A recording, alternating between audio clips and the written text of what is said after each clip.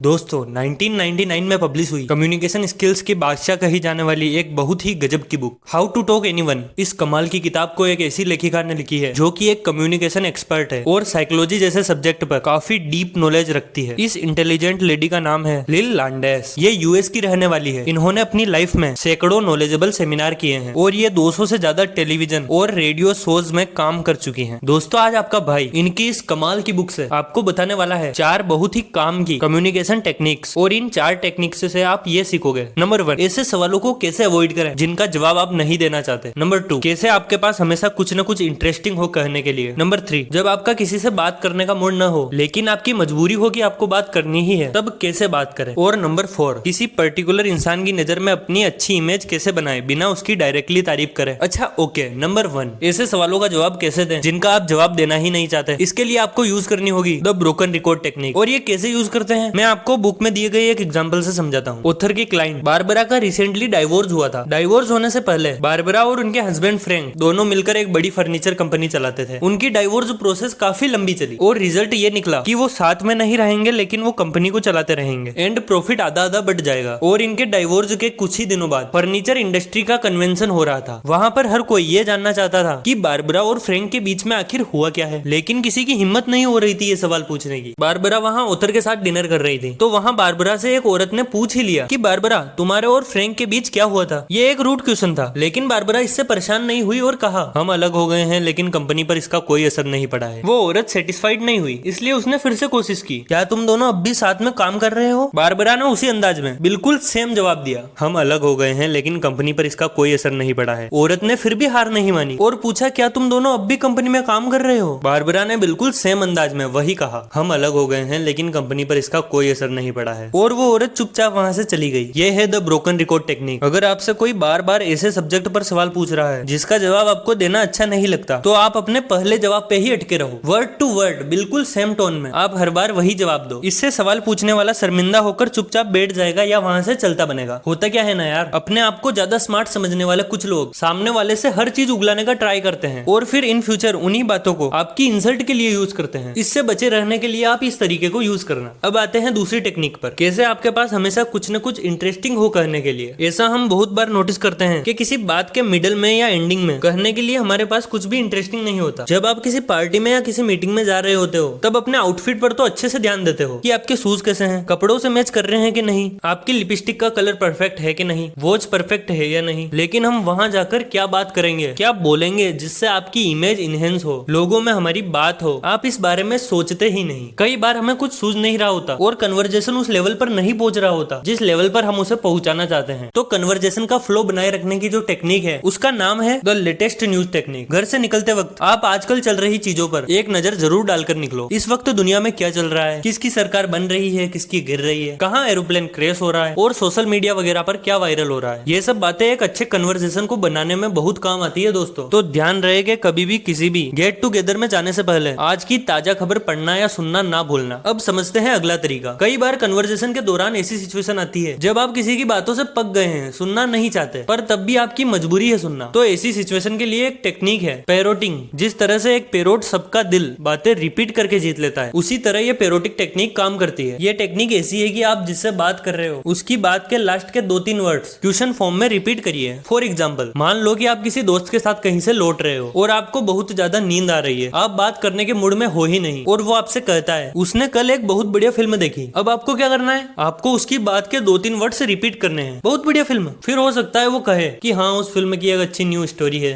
फिर आपको कहना है न्यू स्टोरी। इस तरह आप 2-2 वर्ड से रिपीट करके पूरी स्टोरी सुन सकते हो और उसे लगेगा भी नहीं कि आप बोर हो रहे हो। सिमिलरली जब आपके पास किसी कन्वर्सेशन में कुछ कहने के लिए ना भी हो आप बस 2-3 वर्ड से रिपीट करके बात कंटिन्यू कर सकते हो। इस तरह आपको कुछ कहने की जरूरत नहीं पड़ेगी, सामने वाला ही बात करेगा। आपको बस एक तोते की तरह पैरोटिंग करना है। अब नेक्स्ट है किसी की भी नजरों में अपनी अच्छी इमेज कैसे बनाए बिना उसकी चापलूसी करे। अब देखिए तारीफ सुनना हर किसी को अच्छा लगता ही है, हम सब तारीफ के भूखे हैं और कई लोगों को तो इतना अच्छा लगता है अपनी तारीफ सुनना कि वो कुछ भी करते ही तारीफ सुनने के लिए है। इसलिए तारीफ बुद्धिमान लोगों के लिए एक बहुत अच्छा वेपन है अपनी एक अच्छी इमेज बनाने का। पर देखिए फेस टू फेस तारीफ करने में एक बड़ी प्रॉब्लम यह है कि सामने वाला आपको चापलूस समझ सकता है। अगर आप अपने बॉस या अपने कस्टमर या अपने फ्रेंड की तारीफ कर रहे हैं तो ये भी हो सकता है कि वो आपको ब्राउन नोजर या चापलूस समझे। वो समझेंगे कि आप ऐसे करके किसी काम की भरपाई कर रहे हो या आप कोई प्रमोशन चाहते हो या आपका कोई मतलब इसमें छुपा हुआ है। अब आप पूछेंगे तो इसका सोल्यूशन क्या है भाई? दोस्त, इसका सबसे बेहतरीन सोल्यूशन है ग्रेपवाइन कम्युनिकेशन। ग्रेपवाइन एक तरह की इनफॉर्मल कम्युनिकेशन है। इसमें आपको कोई बहुत खास नहीं करना है। आप जिसके भी नजरों में अपनी इमेज बनाना चाहते हैं उसके किसी भी क्लोज फ्रेंड या किसी ज्यादा क्लोज रहने वाले से मिलो और उस क्लोज को ही उस बंदे की तारीफें सुना दो जिस बंदे की नजरों में आप अपनी गुड इमेज बनाना चाहते हो। जब वो बंदा उसकी तारीफ डायरेक्टली नहीं बल्कि किसी के थ्रू सुनेगा कि आपने उसके बारे में इतनी अच्छी बातें कही है, तो इससे आपकी पर्सनैलिटी उसकी नजरों में काफी अच्छी बन जाएगी। तारीफ को डायरेक्टली सुनने के बजाय इनडायरेक्टली किसी थर्ड पर्सन से सुनते हैं तो उसका मजा अलग ही लेवल का होता है। जैसे कोई आपसे आकर कहे कि यार वो फलाना तेरी बहुत तारीफ कर रहा था, तो इससे आप जब भी उस फलाने से मिलते हो तो बहुत खुशी से अच्छे से बात करते हो और आपकी नजरों में भी उसकी इज्जत बढ़ती है। दोस्तों, ये थे वो 4 तरीके कम्युनिकेशन स्किल्स से रिलेटेड। और आखिर में आपको याद दिला दूं कि चैनल को सब्सक्राइब करना मत भूलिएगा, क्योंकि मैं ऐसी ही इंटरेस्टिंग वीडियोस अपलोड करता रहता हूँ।